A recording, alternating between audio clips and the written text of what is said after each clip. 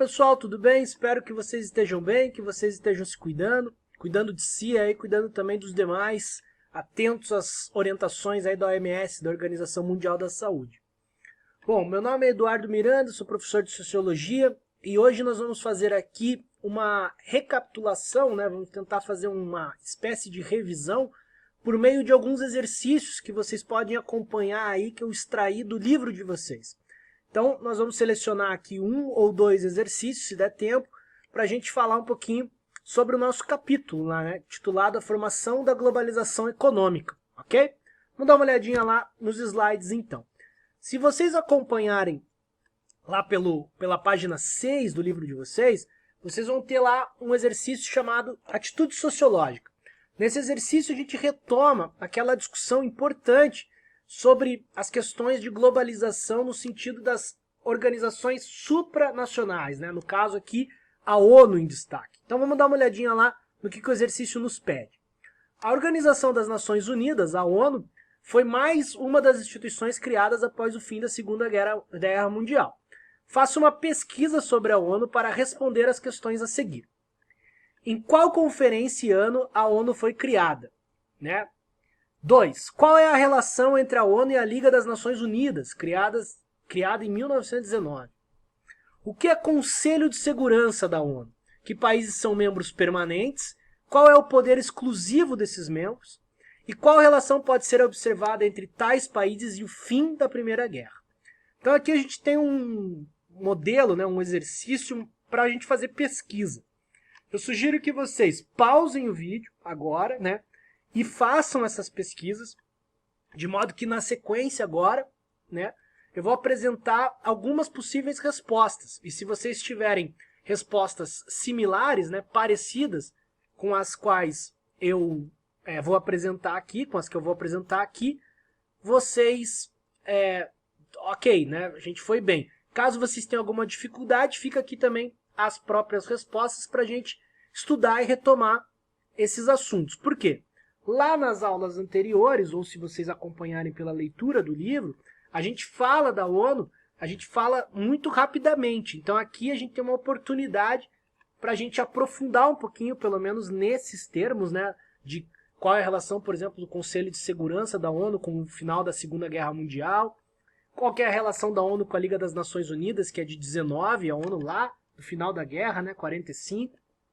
Então tudo isso eu já acabei, acho que, respondendo a primeira ali, uma delas, que é o ano da ONU. Mas, assim, tudo isso para a gente é quase um instrumento para a gente revisar, recapitular essa importante organização, né? A gente falou, e tem falado muito na imprensa sobre a OMS, né? A OMS é um braço, né?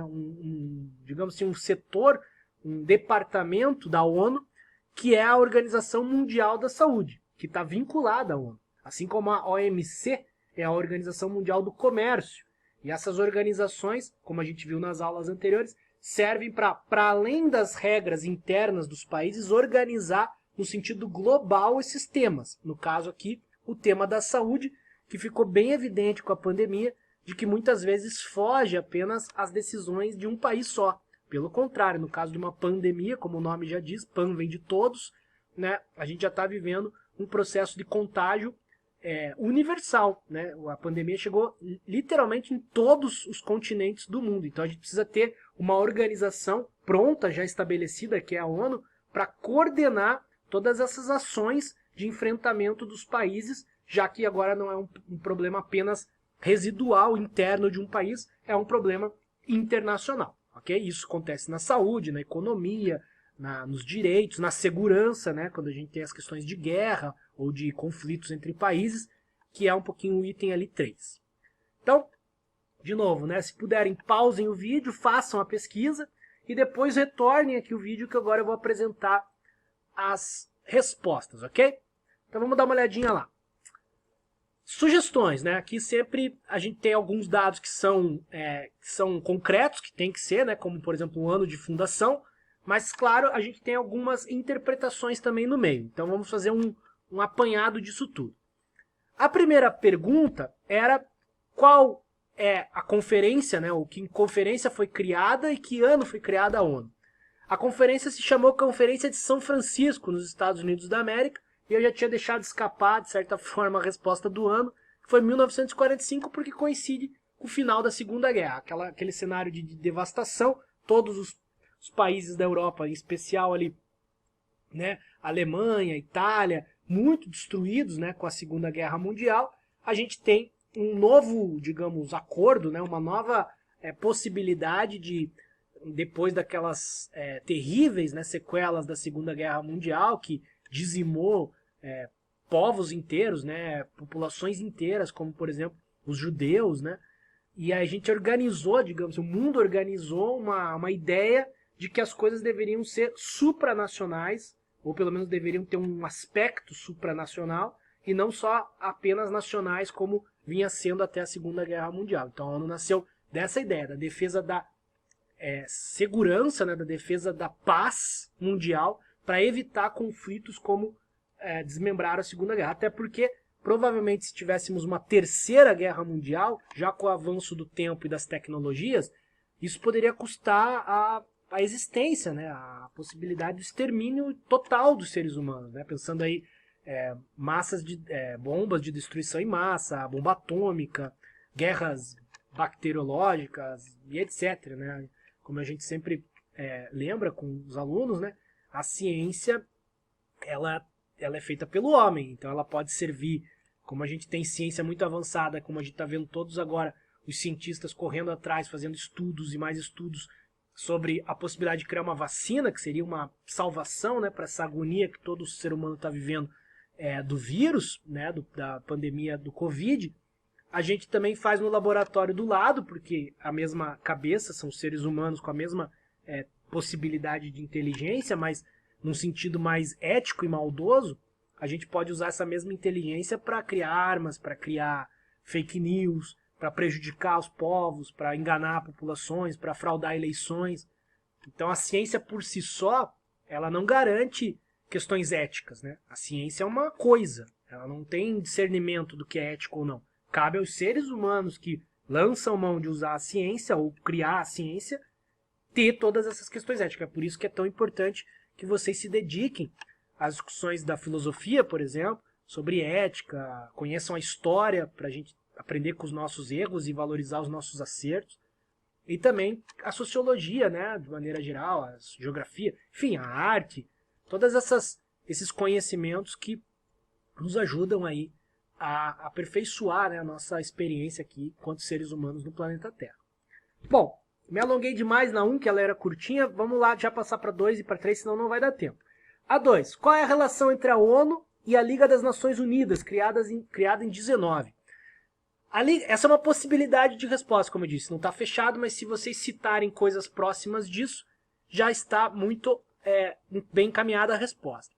A Liga das Nações Unidas foi criada na Europa de 19 para conter possíveis novos conflitos armados internacionais, ou seja, a Liga das Nações Unidas teve mais ou menos a mesma função, só que no final da Primeira Guerra Mundial, né, que terminou em 19. Contudo, como a Segunda Guerra Mundial aconteceu, a Liga das Nações Unidas falhou, né, em seu principal propósito.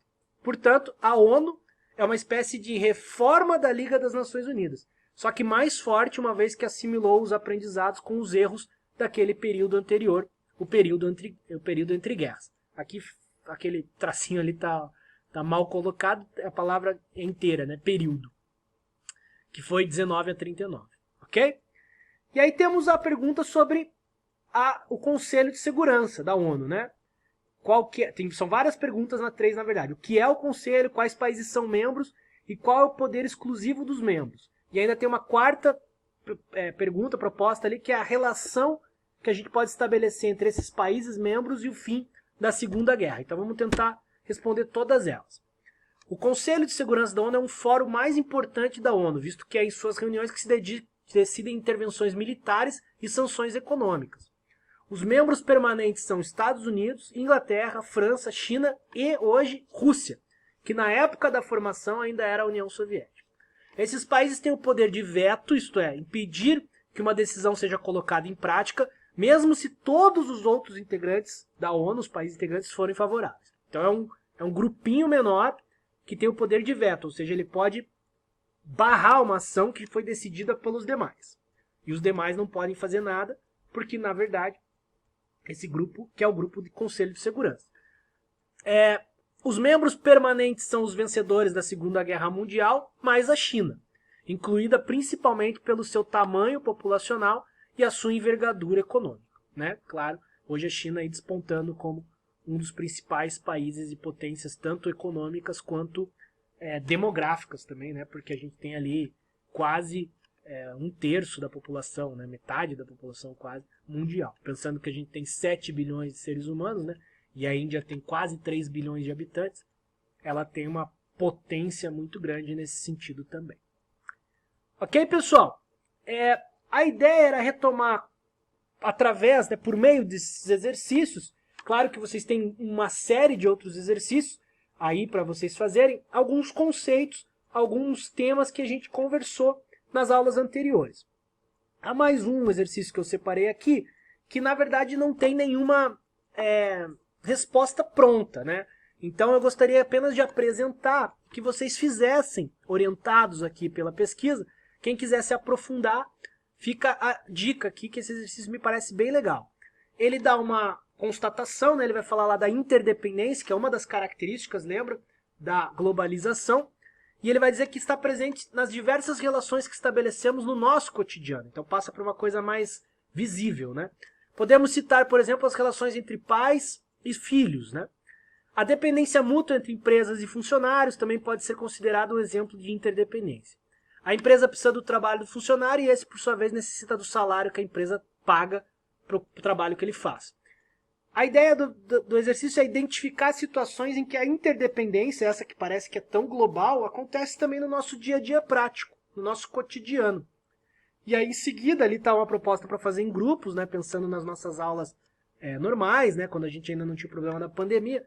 Mas aqui a gente pode adaptar para uma atividade individual, desde que você pense, né, ou troque com seus parentes, com as pessoas que vocês podem visitar, ou até mesmo os colegas, que eu sei que vocês ainda se comunicam, apesar de não estar presentes fisicamente, acredito que virtualmente vocês conversam, né? Que vocês troquem essas experiências, essas afirmações, situações, e depois, claro, pode apresentar num outro momento mais pertinente. Onde você enxerga a interdependência da globalização que a gente citou nas aulas e na teoria, mas na sua vida prática, né? Vou dar um exemplo para vocês, no telefone, né?